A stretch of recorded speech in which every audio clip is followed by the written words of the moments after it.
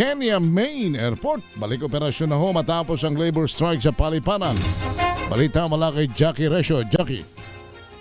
Balik normal na ang operasyon sa Jomo Kenyatta International Airport sa Nairobi, Kenya matapos wakasan ng mga empleyado ang kanilang 2-day labor strike kahapon.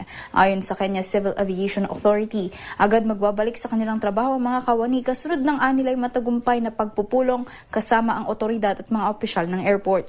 Ipinoprotesta noon ng mga kawani ang mababang sahod, kulang na benefits at hindi maayos na working environment sa paliparan. Dahil dito naparalisa ng kanilang kilos protesta ang main airport ng Kenya na major transport hub para sa regional at international travel. Maraming flight ang na-delay ng humigit kumulang 6 na oras habang ang ilang airlines naman ay nagpayo at nag-abiso na sa kanilang mga pasahero na mag-rebook na lang ng kanilang biyahe dahil nga sa naturang kilos protesta. Tiniyak naman ng Kenya Airways na maibabalik na sa normal at regular na schedule ang mga flight sa loob ng 24 oras.